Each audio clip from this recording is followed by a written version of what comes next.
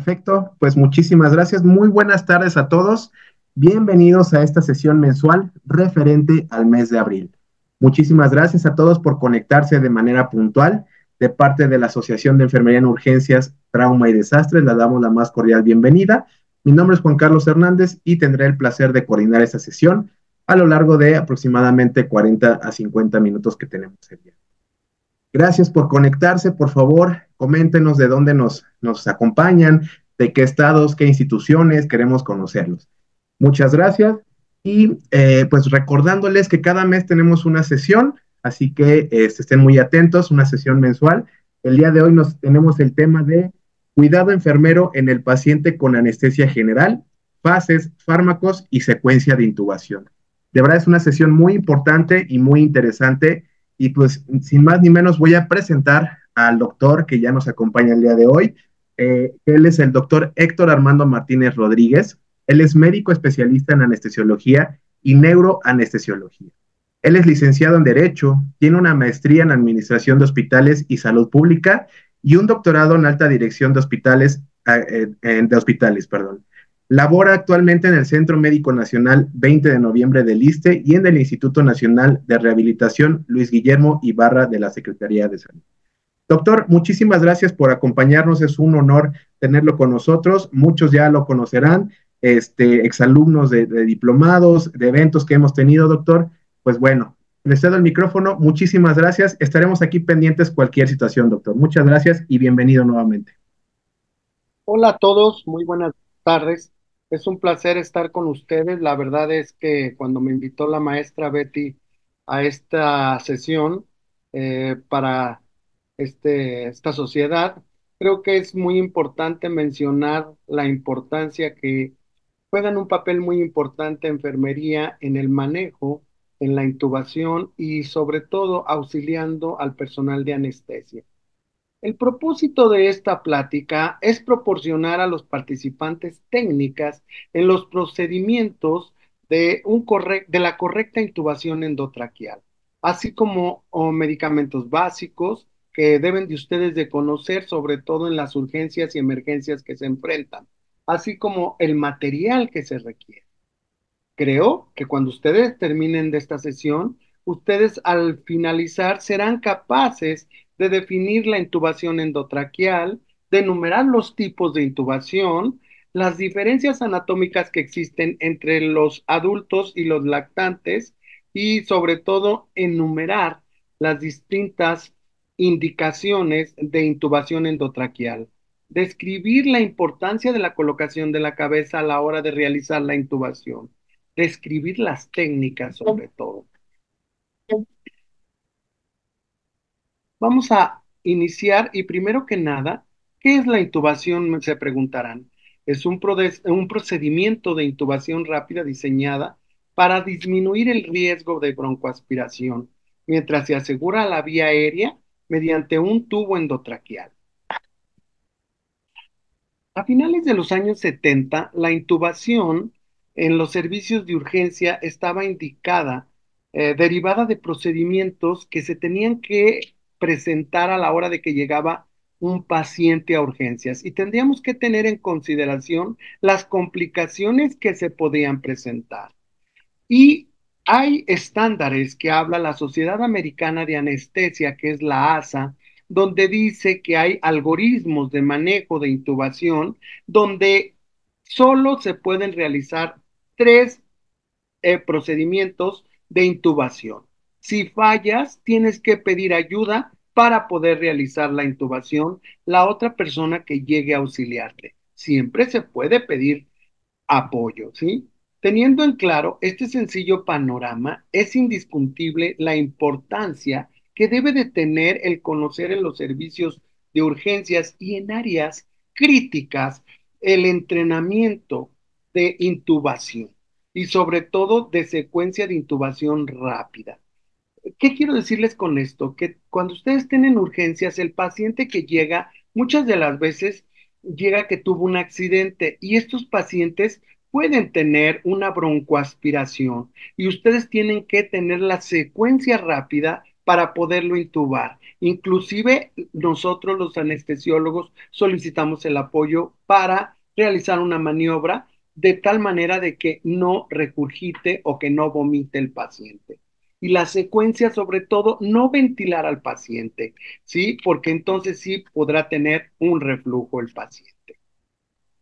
También es importante mencionar que la literatura, pues, ha hecho varios estudios donde ha ordenado las 7P que vamos a analizar para tener como apoyo importante, sobre todo durante el procedimiento de urgencia que tenemos que ver. Tenemos que prever que la mala práctica de la intubación se tiene que ir quitando. Tenemos que capacitarnos para intubar al paciente y clasificar al paciente. Los pacientes hoy en día, después de la pandemia, son pacientes que tienen múltiples complicaciones, ¿sí? Y pacientes que quedaron con algunas patologías que tenemos que tener en consideración. Cada hospital, de acuerdo a las urgencias, tiene que tener un servicio donde cuente con todo lo necesario para entubar a un paciente y tener el material y sobre todo ver en qué nivel nos encontramos. La capacitación es bien importante. Los hospitales y centros médicos han hecho varios estudios donde han demostrado que pueden morir los pacientes por hipoxia, alguna complicación. Si yo les comentara, pacientes que llegan con abscesos periamigdalinos, tenemos que tener mucho cuidado, porque si el paciente lo duermes, lo intubas, lo relajas, a la hora de ventilar al paciente puedes tener una expulsión de secreción y eso se puede ir a los pulmones y eso es mortal. También tenemos que familiarizarnos, si conocemos las prácticas, nos tenemos que familiarizar con cada uno de las cosas que realicemos, ¿sí? Los detalles. Debemos de tener en consideración los distintos dispositivos que vamos a utilizar a nivel general. Si vamos a hacer una sedación para intubar al paciente, dependiendo del estado en que llegue el paciente a urgencia, nosotros es como vamos a entrar a apoyar. Muchas de las veces en urgencias ya el urgenciólogo y el personal de enfermería está capacitado, pero hay en un tercer nivel donde se pide el apoyo del anestesiólogo y el anestesiólogo tiene que acudir a la emergencia.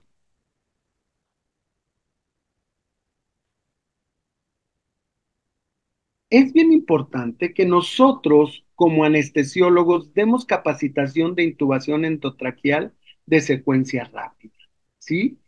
Actualmente los relajantes musculares que se utilizan duran un minuto. Entonces nosotros lo que tenemos que hacer es oxigenar al paciente sin meter presión positiva, ¿sí? Y inmediatamente entubar y ya entubando ya podemos aspirar al paciente. En ese momento estamos realizando la secuencia rápida. Es importante mencionar que la anatomía, pues pueden llegar niños menores de 2 años o pueden llegar niños mayores o lactantes de acuerdo a la edad pediátrica y tenemos que tener en consideración que los recién nacidos y los pequeños tienen el cuello muy cortito, entonces tenemos que dejar caer la cabeza de una manera adecuada, no hiperextender para poder realizar la intubación. Sí, porque ellos tienen la epiglotis más alta, 45 grados. Entonces no es como en el adulto nosotros hiperextendemos un poquito al paciente y es cuando realizamos la intubación. Claro, después de evaluación lo más rápido que se pueda porque es secuencia rápida. Y tenemos que conocer las diferencias anatómicas. Sí, los cartílagos se encuentran muy cercanos en los niños, mientras que en los adultos son más lejanos y son muy sensibles a la hora de realizar con el material adecuado, con el laringo, con la hoja que debemos de utilizar para intubar al paciente. Esto es lo que tenemos que tener en consideración en cuanto a la vía aérea. La vía aérea, pues tenemos que ver que son las fosas nasales, desde las fosas nasales y cómo hasta llegar a los bronquios y bronquiolos. Aquí vemos que tenemos vía aérea superior y aquí tenemos que son las cavidades nasales, la faringe, la laringe. Mientras que la vía aérea inferior, ya en la parte interna, es la tráquea, los bronquiolos y también dónde vamos a dejar el tubo para obtener una adecuada ventilación. A la hora de la colocación del tubo, también tenemos que escuchar los campos pulmonares para ver si verdaderamente el paciente está intubado. Y aquí vemos en el infante, vean qué diferente y qué corta es la vía aérea, entonces nosotros tenemos que ver que disminuye el tamaño y la vía. Entonces nosotros debemos de considerarlo por si nos llegase a tocar un niño o un bebé. Es bien importante que en la intubación de secuencia rápida, nosotros primero que nada la vamos a definir, ¿sí? La intubación consiste en introducir una sonda en la tráquea del paciente a través de las vías respiratorias altas, como lo cita aquí, que son orotraqueal y el tubo nasotraqueal. También las indicaciones, ¿sí? Vamos a ver qué indicaciones hay, ¿sí? De acuerdo al padecimiento que traiga el paciente. Primero tenemos que aislar la vía aérea, tenemos que ver si está permeable, si no está permeable, si permite la entrada del oxígeno, si tuvo alguna regurgitación o vómito, si él tiene un cuerpo extraño, ¿sí? También ver si se facilita la aspiración de la tráquea, prever y ver el estado del paciente.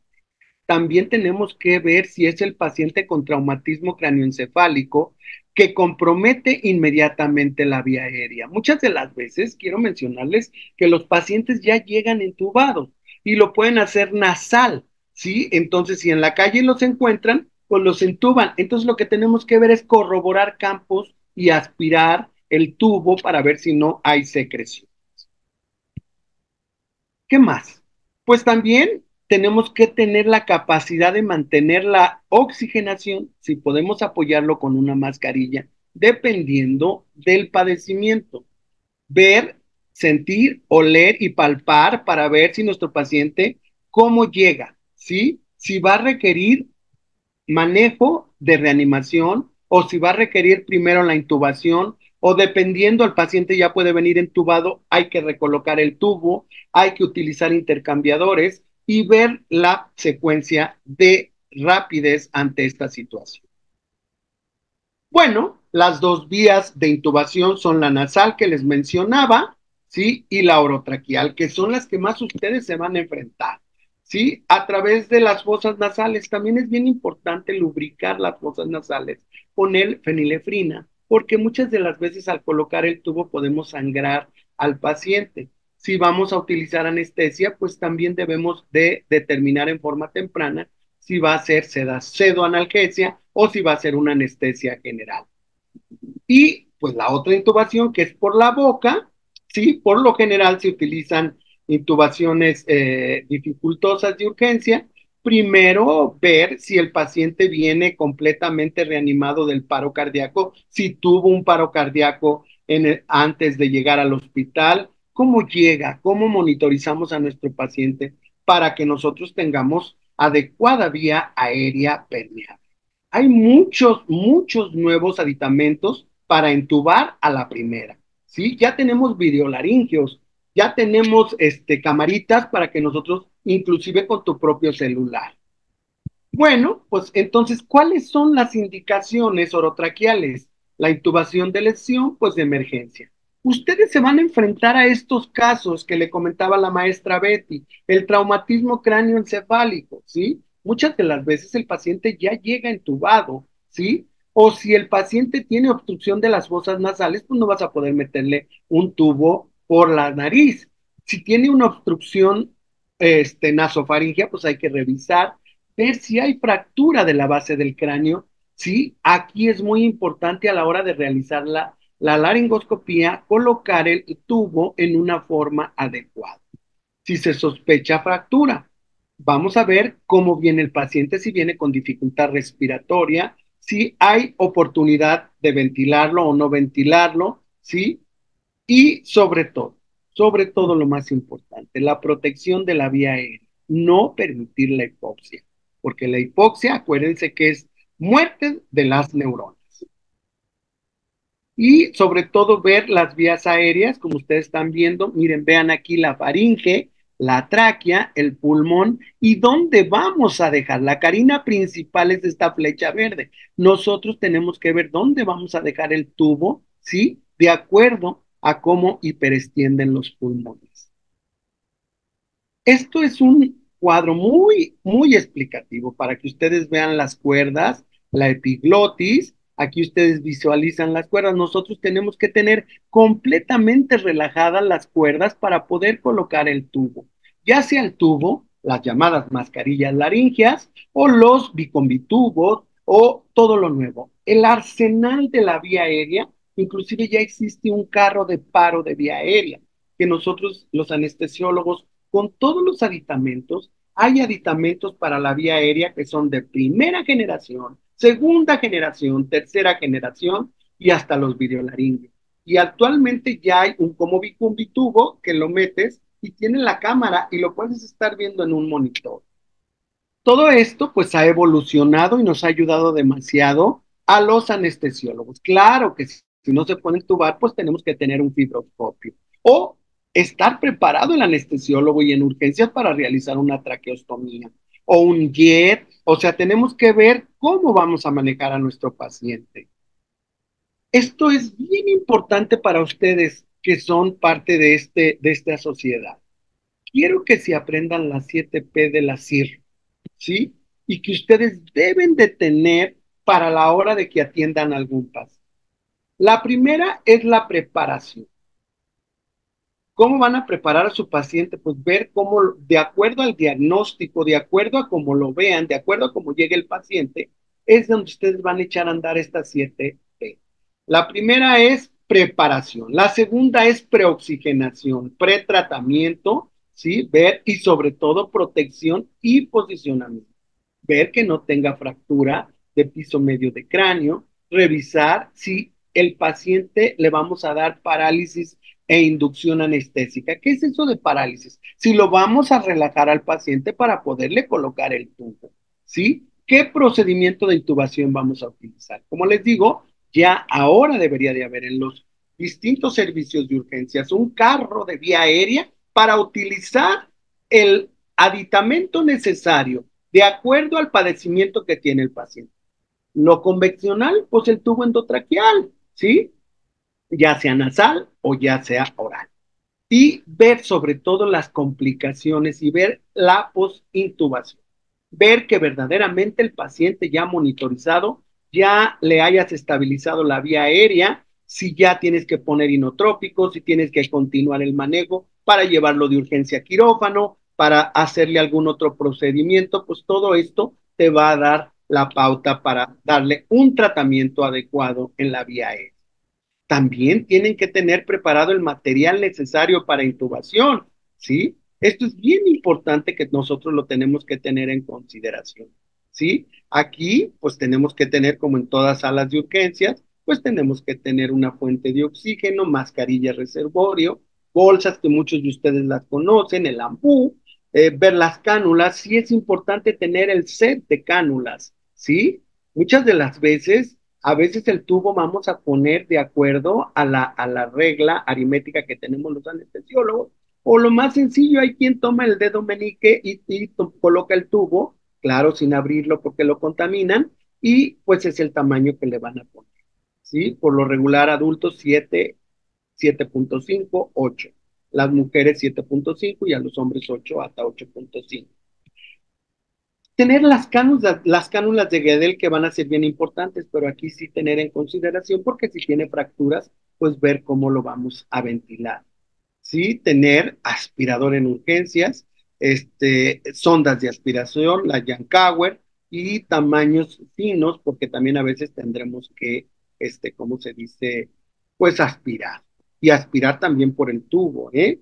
O sea, ya cuando está entubado el paciente, está permitido que tú puedas aspirar el tubo, ¿sí? Y volverle a conectar al ventilador o si lo estás manejando con ventilación asistida. También tenemos que tener los mangos de larín, ¿sí? Ver cuáles son los ideales y ver sobre todo lo más importante, las hojas. Las hojas de laringo, las rectas para niños, son excelentes. pero las curvas que también son llamadas de Miller y de Marshall. Estas se lubrican con la base de la lengua. Nosotros a veces utilizamos gilocaína spray, ¿sí? Y hay quienes ya no están de acuerdo en utilizar la gilocaína spray, porque también dicen que al meterlo, pues la gilo se conjuga con las secreciones y puede tapar el tubo. Pero no, no, yo siempre lo he utilizado y no he tenido problemas. Siempre tenemos que tener tubos endotraqueales, eso se los digo a ustedes las enfermeras y a los compañeros que estén, deben de tener los tubos siempre uno arriba y uno abajo del que le corresponde, ¿sí? Bueno, pues también podemos tener otro tipo de manejo. Podemos tener un estilete con luz que también nos puede ayudar. Es como un tubito en el cual metemos el tubo, nos da la luz y con eso podemos entubar siempre y cuando tengan las habilidades, porque si no pueden perforar, ¿sí? Nunca sobrepasar los intentos, ¿sí? Para nosotros cuando entubamos por nariz, es bien importante tener las pinzas de McGill. Entra por la nariz, hacemos la laringoscopía y redirigimos que vaya a la epiglotis. Claro, todo bajo medicación, ¿sí?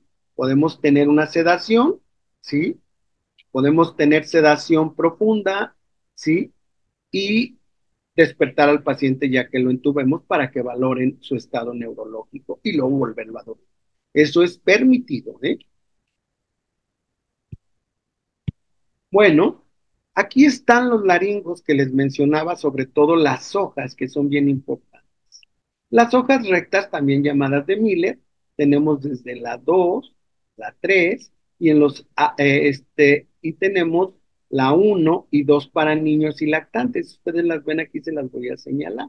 Este es para niños y hay hasta más pequeñitas, ¿eh? Y aquí tenemos las otras hojas, otros naringos con mango de hojas curvas, que son la machitón, y que tenemos de la 3 y la 4. En niños también tenemos chiquitas y también a mí me gustan mucho las rectas porque son para cargar la epiglotis y de tal manera que pueda yo introducir el tubo a la primera. Muchas de las veces les menciono esto, que el tubo endotraqueal de elección, ¿sí? Debe de ser de un material que se considera hipoalergénico, es flexible. Hace muchos años se utilizaban unos tubos que eran gruesos, rígidos, y que empezaron a tener problemas en las cuerdas bucales y en la epiglotis, y provocaban inflamaciones muy severas y los pacientes salían con problemas de vías respiratorias altas, con dificultad, estridor y sobre todo parálisis de las cuerdas bucales. Entonces teníamos que tener mucho, mucho cuidado. Es además recomendable porque podemos ver si hay secreciones, qué tipo de secreciones hay y valorar posteriormente si se va a mover el. Muchas de las veces hay que hacerlo cuando llega un paciente de la calle, que les llega a ustedes a urgencias, ¿sí? Muchas de las veces viene lleno el tubo de secreciones y muchas de las veces hay que aspirar, tener un intercambiador y cambiar el tubo, ¿sí? Ver, conocer las partes de esto sí se los quiero mencionar. Y perdón, pero muchas de las veces yo les digo, cuiden el tubo endotraqueal del paciente. No nada más que lo cuiden, sino que vean cuando lo van a estubar. ¿Sí? A la hora de la estubada me he dado cuenta que a veces sacan los tubos, ¿sí? Sin haberle quitado el aire. Estas son las partes importantes de los tubos endotraqueales. Aquí tenemos cada una de las partes, ¿sí? Y podemos ir viendo cada una, los conectores donde se pone el aire. Este es el globo. Ya existen manómetros. Ya no podemos, como antes lo hacíamos, con jeringa que poníamos 3 centímetros de aire, ¿sí? Entonces, ahora no, ahora ya tenemos manómetros para que lo realicemos con el cuidado que se debe. La vía aérea ha cambiado mucho y hay muchos procedimientos que podemos tener. Miren, este es el arsenal. Se los menciono porque también muchas de las veces no porque yo les quiera decir meterlo de los niños, porque yo soy también anestesiólogo pediatra. No, pero tienen que tener en consideración ustedes que van a estar en los servicios de urgencias, que pueden llegar los pacientes Mientras que llegan, pues tienen que tener todos estos tubos endotraqueales para que cuando llegue el pediatra o quien lo va a entubar, pues tenga lo que requiere. También hay que ver cómo se va a insertar en tubo, sí, a cuántos centímetros. Inclusive quiero decirles que a veces en los pediátricos tenemos que cortar los tubos. ¿Por qué los cortamos? Los cortamos para disminuir el espacio muerto y poder ventilar al paciente adecuadamente, ¿sí? Bueno, la preoxigenación es de vital importancia. ¿Sí? Esto salva vidas, ¿sí? Esto ayuda para la hora de que realicemos la intubación. Tenemos que tener una sedación, una relajación y sí es estresante, pero tenemos que realizar las maniobras suave, ¿sí? Y como decía un presidente, colocas el tubo arriba y hacia adelante, ¿sí? Entonces ves tú, entubas, ya cuando entubas ya puedes entonces aspirar a tu paciente. Nos ha tocado ver que sacamos contenido de líquido como ustedes no tienen idea. La preoxigenación, su propósito es reemplazar el nitrógeno que se encuentra en la vía aérea, ¿sí? Capacidad funcional residual de las altas concentraciones de oxígeno, ¿sí? Para permitir el aumento y tiempo del paro respiratorio, hasta 5 minutos como en todo. Debemos de oxigenar adecuadamente, no estresarnos ni no soltar al paciente. Si el paciente lo podemos ventilar, tranquilos, ventilamos, oxigenamos, hacemos el primer intento. Si no podemos al primer intento, vamos al tercer intento, al segundo intento, y si no puedes al tercer intento, a veces es el estrés, llega un segundo anestesiólogo o un compañero y lo intuba a la primera. A veces es el estrés y eso lo dicen las guías de la ASA, ¿sí? De que se debe de permitir que intube otra persona. ¿Qué es la premedicación? La premedicación en la intubación es donde nosotros vamos a prevenir que la intubación no produzca ni bradicardia, ni taquicardia, ni hipertensión, ni aumento de la presión intracraneana, ni alteraciones y sobre todo lo más importante, broncoespasmo, ¿sí? La premedicación nos va a ayudar a eso. Con los medicamentos que veremos posteriormente, nosotros podemos atenuar esos efectos. Ya todas las salas de urgencias ya tienen monitores, aunque no sean invasivos, hay varios tipos de monitores, no son invasivos, pero ustedes se pueden dar cuenta si le está doliendo al paciente o no le está doliendo al paciente, si tiene hipertensión o si tiene taquicardia. Todos los servicios de urgencia se recomienda llevar a cabo esta premedicación, ¿sí? Simultánea a la oxigenación. Uno puede estar pasando medicamentos, otro está oxigenando con el ambú o con lo que tenga y posteriormente entrar a realizar la intubación. ¿Qué drogas debemos de tener en los carros de paro que en urgencias para que pueda utilizar el anestesiólogo? Tenemos que tener la atropina, ¿sí? Que nos va a ayudar a disminuir la bradicardia, ¿sí? Esta disminuye el riesgo de bradicardia y sobre todo administrar en caso, no se puede administrar si el paciente tiene algún problema cardíaco, si está taquicárdico, y por lo regular en los neonatos, acuérdense que ellos tienen frecuencias muy altas. ¿Sí? Podemos utilizar la lidocaína y ve aquí mucho cuidado. La lidocaína sin epinefrina. Me he encontrado en los carros que tienen lidocaína con epinefrina. Aguas porque pueden tener complicaciones muy graves por la epinefrina, hasta paro y muerte.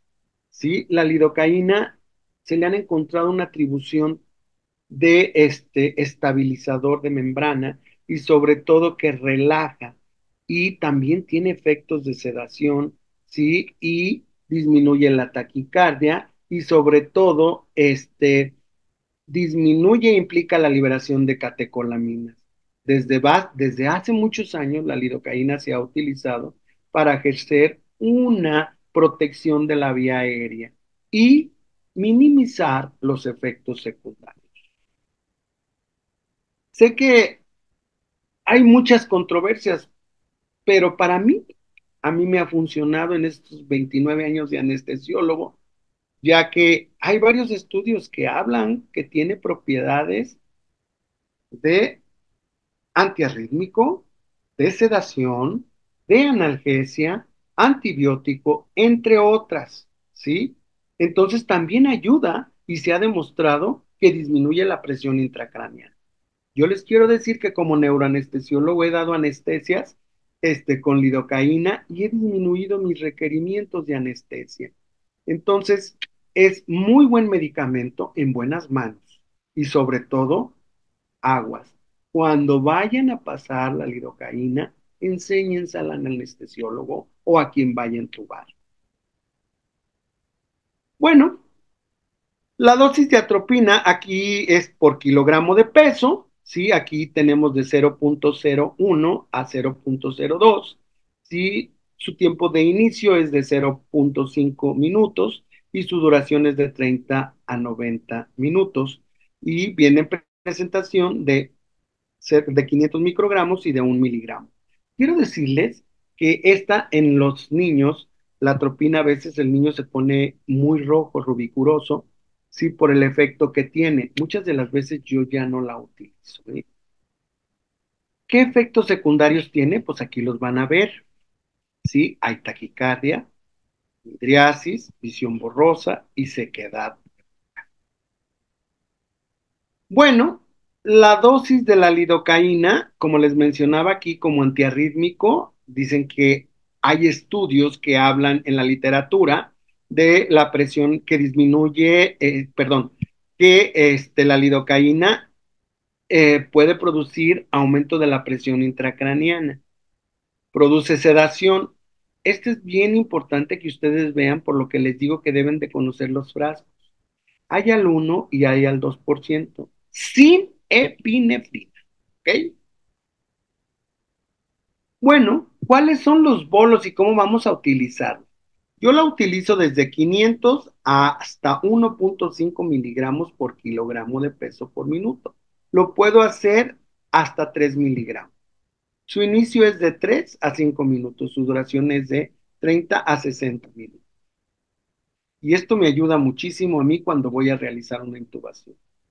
Pero sí puede haber efectos secundarios, hipotensión, arritmia y convulsión. Por eso les digo, tenemos que individualizar a cada paciente, ver qué padecimiento tiene, cuál fue su urgencia, cuál es el motivo de su ingreso al servicio de urgencias.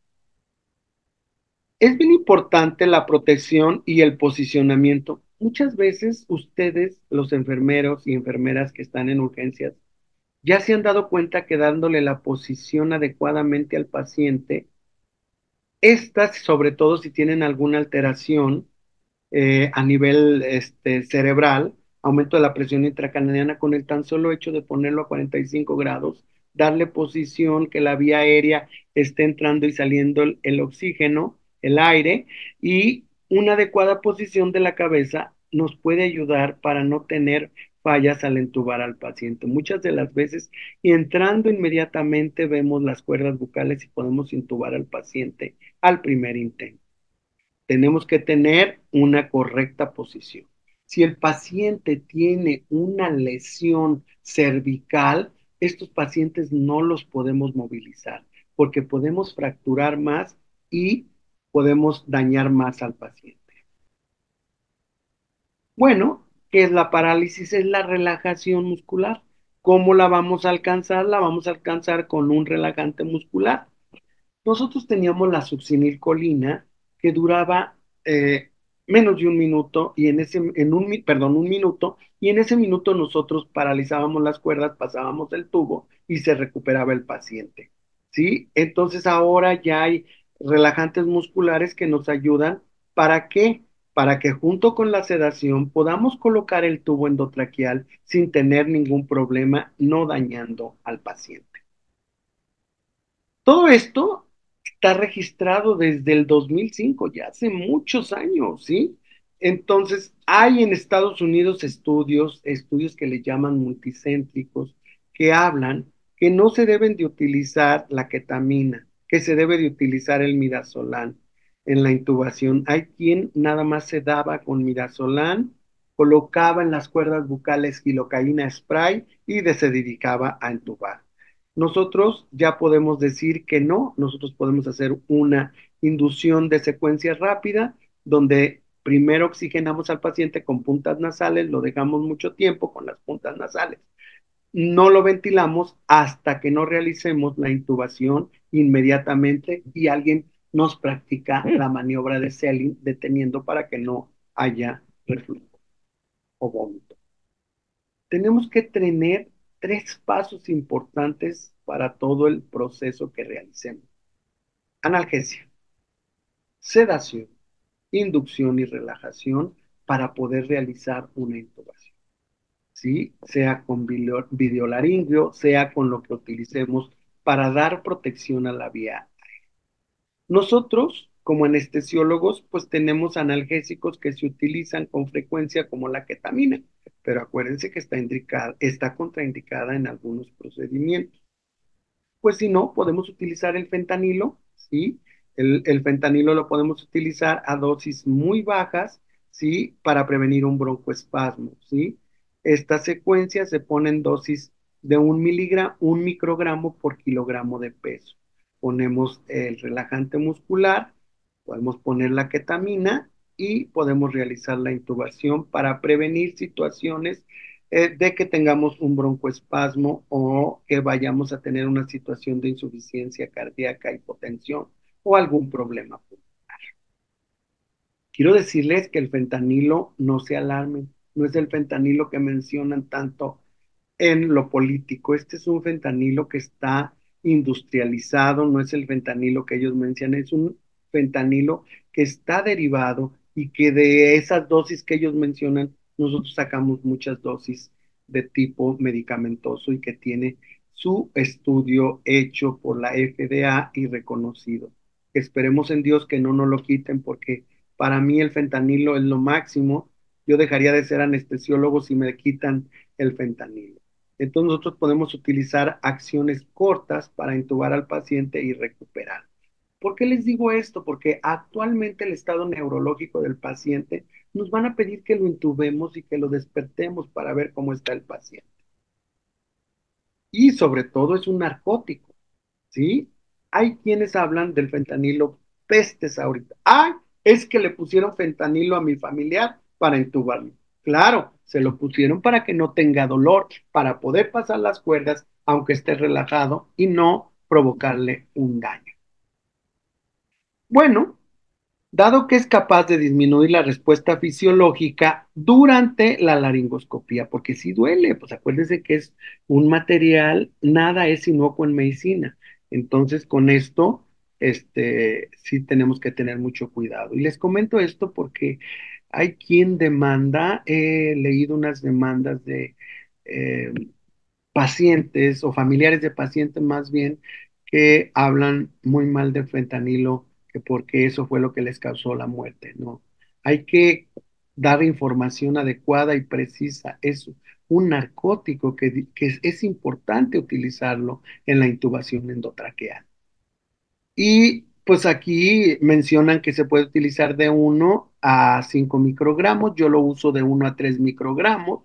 Hay varias presentaciones, hay para niños. En México no, desgraciadamente, tenemos nada más los 500 microgramos y de ahí sacamos varias dosis. El tiempo de inicio del efecto del fentanilo es de 3 minutos, tiempo de duración es de 30 a 60 minutos. Sí tiene efectos secundarios como todo, bradicardia, por eso tenemos que estar monitorizando a los pacientes, puede tener hipotensión. Aquí es bien importante mencionar, no se estresen si se presenta un tórax leñoso o rígido. Nosotros podemos ver pasado el fentanilo. Si lo pasas muy rápido, puedes tener un tórax leñoso que toco madera y ojalá y nunca me vaya a tocar hasta ahorita. Entonces nosotros tenemos que relajar al paciente nuevamente, ver que pase el efecto, seguir dando dosis más bajas y sobre todo propofol para también sedar al paciente. El propofol, el midazolam son excelentes apoyos también en la intubación. Ya hay otros medicamentos como el midazolam que también lo podemos utilizar. Sobre todo se utiliza como un ansiolítico, es un hipnótico, anticonvulsivante, relaja la musculatura, pero no al 100%, produce sedación.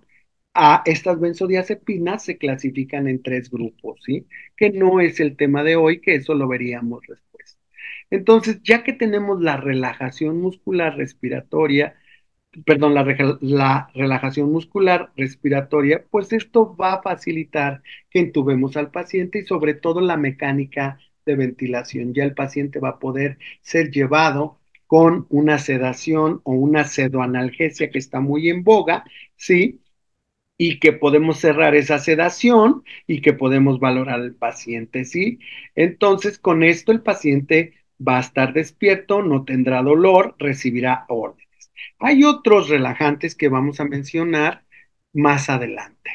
Bueno, pues estas son las dosis con las que vamos a utilizar. Tenemos que tener cuidado porque también se pueden presentar efectos secundarios como los que se mencionan. Esta es la presentación en que viene el midazolam de 15 miligramos en 3 mililitros. Nosotros siempre lo diluimos en una jeringa de 20, lo llevamos a 15 para que nos quede a 1 miligramo por kilogramo de peso. Este es el agente del becuronio, es un relajante muscular, pero este tarda un poquito.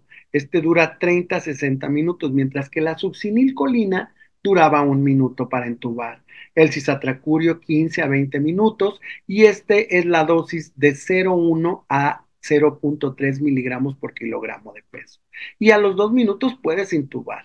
Sí hay hipotensión, ¿sí? Pero tenemos que tenerlo. Aquí está la alineación de los ejes. Esto es lo que yo quiero que aprendan ustedes, porque ustedes pueden ayudarnos a colocar la almohadilla, a tener al paciente, a la paciente adecuadamente alineando los ejes bucolaringios que tenemos en esta diapositiva y poder realizar la intubación y poder intubar adecuadamente al primer intento. Yo enseño a las enfermeras, ¿eh? Yo doy un curso de pura intubación a enfermería en Morelos y me meto a quirófano y hacemos con maniquí y pues trabajamos la simulación, ¿sí? Que es muy importante hoy en día y pues estos procedimientos de intubación es posible que los realizamos de acuerdo a tener en consideración las complicaciones que puedan tenerse.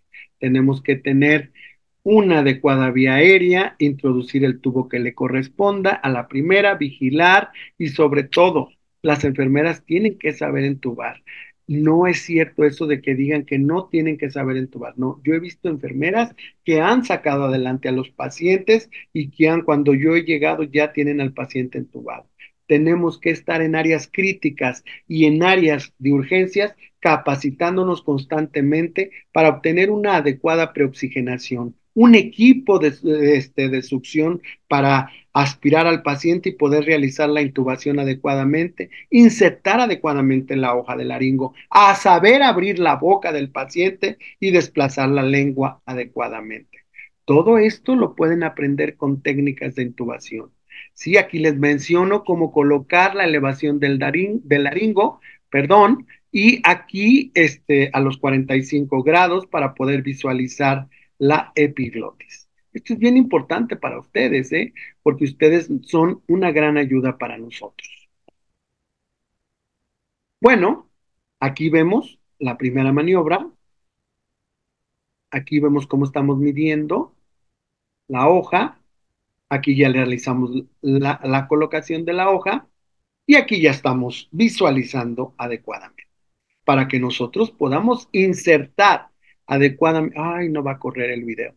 Quería que corriera el video, pero desgraciadamente no va a correr el video. Bueno, aquí ustedes vean, este es el éxito. Esto es lo que yo quiero que ustedes vean y que ustedes hagan. Que ustedes realicen. Ya en otro tema, posteriormente veremos todos los aditamentos para entubar. Esta es una manera general de recordar y de que ustedes tienen que estar preparadas para llevar adecuadamente la intubación. Miren, aquí vemos las mascarillas laringias, ¿sí? Este es otro tipo de mascarillas. Les digo, ya hay hasta videolaringos, ¿sí? Los procedimientos paso uno, introducir la pala con la comisura labial. 2, el desplazamiento de la lengua. 3, la elevación del mango, ¿sí? La maniobra que les decía de Selin nos ayuda para poder, a veces les decimos, y perdón que lo diga vulgarmente, préstame tu manita salvadora, y muchas de las veces uno está haciendo la intubación y por allá andan, y ayúdame por favor, y con una presión de Celic nosotros podemos ver adecuadamente la vía aérea. Vean la colocación de otras mascarillas y vean qué bonita visualización. Aquí tenemos en este dibujo grande cómo vemos la valvécula, la epiglotis y dónde vamos a insertar el éxito. Estas son el tubo.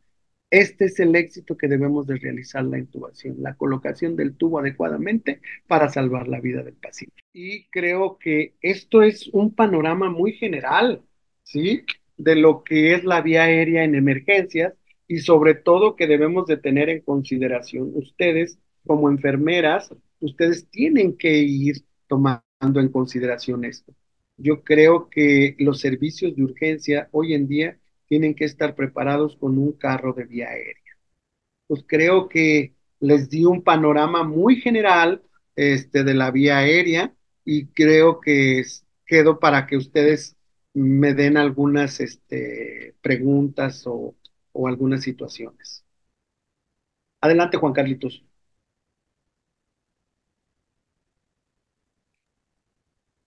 Muchísimas gracias, doctor Héctor Armando Martínez Rodríguez, por esa excelente presentación. Para cerrar e ir cerrando la sesión, nos gustaría rápidamente, doctor, que nos regale alguna conclusión para aquellos licenciados y licenciadas en enfermería que están muy interesados en estudiar esa especialidad o que ya están dentro de esta área. ¿Qué sería lo más importante que tendrían que tener presente al momento de entrar a un quirófano? Bueno, al momento de entrar a un quirófano, pues deben de tener presente que es el apoyo al anestesiólogo para la atención adecuada de un paciente y posteriormente al cirujano. Pero yo sí las quiero motivar a que no nada más en el quirófano, en las áreas críticas y en urgencia, ustedes son las que tienen que ir viendo y apoyando la situación. Muchos servicios de urgencias no ocupan de los anestesiólogos, ya hay urgenciólogos, pero ustedes también forman parte importante de que deben de tener todo lo que se les menciona de una manera organizada, ¿sí? Ir tratando de ir viendo la modificación de los servicios. Ustedes muchos pueden proponer tener un carro de vía aérea, porque no es lo mismo que el carro de paro. Deben de tener otros medicamentos, como les mencionaba, eh, los relajantes musculares, la lidocaína, las benzodiazepinas, el narcótico, sí, que sigue siendo por excelencia el fentanilo. Esto yo creo que yo quiero motivarlas a que ustedes vean la necesidad de transformar sus servicios, de atender a los pacientes. Yo sé que muchas de ustedes lo hacen súper bien, pero sí tienen que tenerle mucho cuidado y mucha precaución a las intubaciones endotraqueales. No está permitido equivocarte en una intubación difícil. Si no puedes, hay otros aditamentos que mientras que llega el que va a utilizar el fibroscopio te puede ayudar. O sea, ya hay mascarillas laringeas que pueden mantener y salvar la vida. Lo que tú tienes que ver es la oxigenación de tu paciente, porque la mala praxis en una vía aérea puede ser mortal para los pacientes. Correcto, doctor.